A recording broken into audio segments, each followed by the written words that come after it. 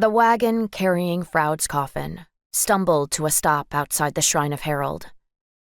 Tanya hopped down and surveyed the red-dyed stones of the temple and the badly kept grass of the graveyard beyond. For the first time since Froud's death, she felt tears behind her eyes. She hated to think of gentle Froud in Harold's wild and neglected burial ground. But Froud had loved the boisterous god of revels and squalls, wind and rage. There was a temple. She could see it, mottled black and red, nestled under a burnt-out nut tree. There were priests, but she knew not to expect a reception, especially as a girl.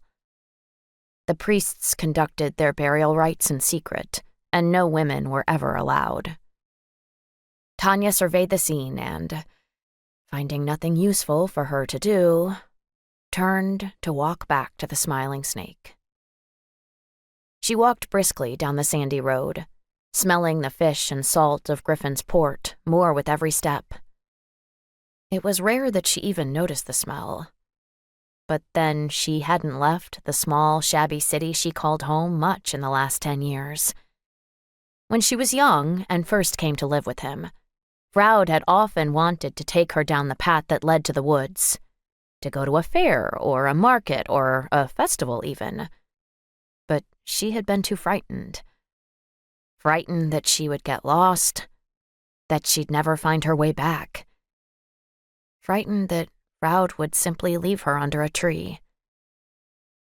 The fears didn't last more than a year. But then they no longer mattered. She was too busy to leave. The place wouldn't function without her. She had made sure of that.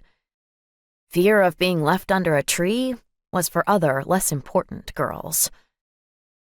Tanya passed through the Talon Gate, a monstrous stone arch, half-formed by the leaping figure of a griffin, leonine hind legs so old they were rooted under centuries' worth of packed salt and silt, the eagle head and claws thrusting 30 feet in the air to clutch at its prey, the perishing mermaid that made up the gate's west side. Tanya scowled at the ossifying mermaid, diving into the earth. "The griffin can fly, and he's already got your fin," she always wanted to scream at her. "There's no escape down. Find another way. Move faster."